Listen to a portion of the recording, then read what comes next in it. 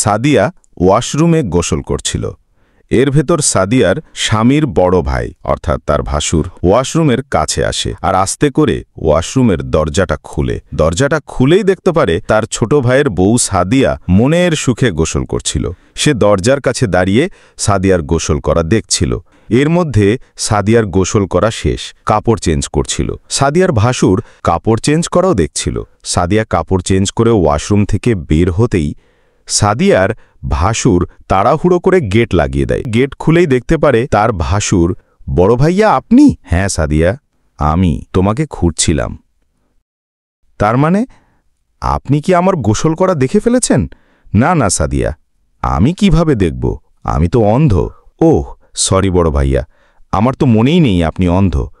সাদিয়া, আমি তো অন্ধ না, অন্ধের নাটক করছি শুধু তোমাকে কাছে পাওয়ার জন্য। ভাইয়া, আপনি কি কিছু ভাবছেন?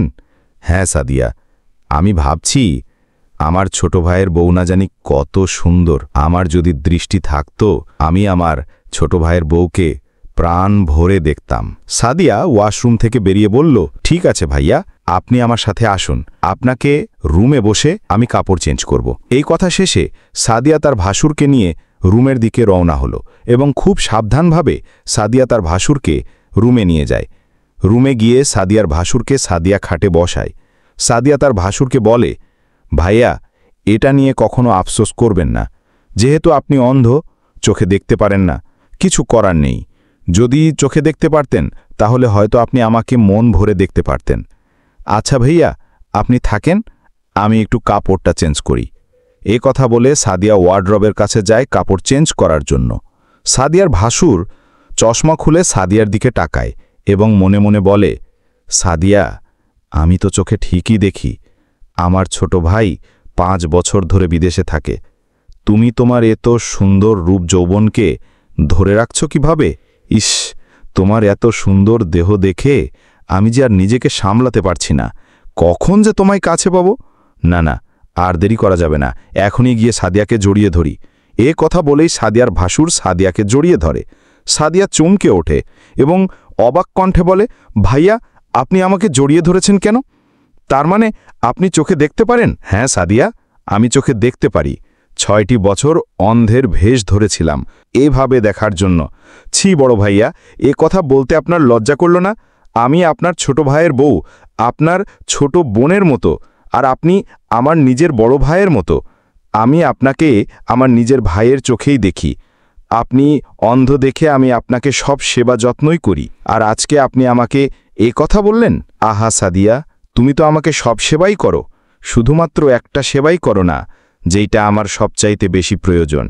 ছি বড় ভাইয়া, আপনি এখনও বেলজ্জার মতো এরকম ভাষা বলেই যাচ্ছেন। আপনি আমার রুম থেকে বেরিয়ে যান। আমি এতদিন আমার রুমে আপনাকে ঢুকতে দিয়েছি। আমি জানতাম আপনি চোখে দেখেন না, কিন্তু এখন আপনার আসল রহস্য ফাঁস হয়ে গেছে। আপনি আমার রুম থেকে এখনই বেরিয়ে যান। আহা সাদিয়া, তুমি এত রাগ হচ্ছ কেন? এবং সাদিয়াকে জড়িয়ে ধরে বিছানায় শোয়াতে যায়। সাদিয়া তার ভাসুরকে ধাক্কা দিয়ে একটা থাপ্পড় লায় তার গালে। সাদিয়ার ভাসুর রাগান্বিত হয়ে বলে, সাদিয়া, তোমার এত বড় সাহস, তুমি আমাকে থাপ্পড় মারলে? আমি তোমার বড় ভাসুর। হ্যাঁ, হাত তুলেছি, কিন্তু আমার ভাসুরের গায়ে না।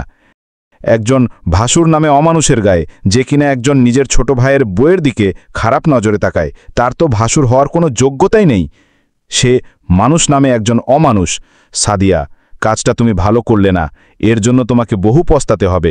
এ কথা বলে সাদিয়ার ভাসুর রুম থেকে বেরিয়ে যায়। সাদিয়াও মনে মনে অনেক কষ্ট পায়। তার নিজের ভাইয়ের মতো একজন ভাসুরের কাছে এতদিন সে আমানত ছিল, কিন্তু সে জানত না সে আমানতের খেয়ানত করতে যাচ্ছিল তার ভাসুর। একটা কথা সবসময় মনে রাখব, মেয়েদের যখন বিয়ে হয়ে যায় তখন তাদের স্বামীর ঘর হলো আপন ঘর। সেই ঘরের মানুষ যদি তাদের প্রতি খারাপ নজরে তাকায় তাহলে তাদের নিরাপত্তা কোথায়? ছোট ভাইয়ের বউ মানে আমাদের ছোট বোন, কেন আমরা তাদের দিকে খারাপ নজরে তাকাবো? ফ্যামিলির নারীরা যদি নিজেদের ফ্যামিলির কাছে নিরাপত্তা না পায় তাহলে কোথায় গেলে নিরাপত্তা পাবে? আমার এই গল্পটি আপনাদের কাছে কেমন লাগলো অবশ্যই কমেন্ট করে জানাবেন। তার সঙ্গে আমার এই ফেসবুক পেজটি ফলো দিয়ে আমাদের পাশে থাকবেন। যারা কষ্ট করে আমাদের পুরো ভিডিও দেখেছেন তাদেরকে অসংখ্য ধন্যবাদ। সবাই ভালো থাকবেন, সুস্থ। আল্লাহ হাফেজ।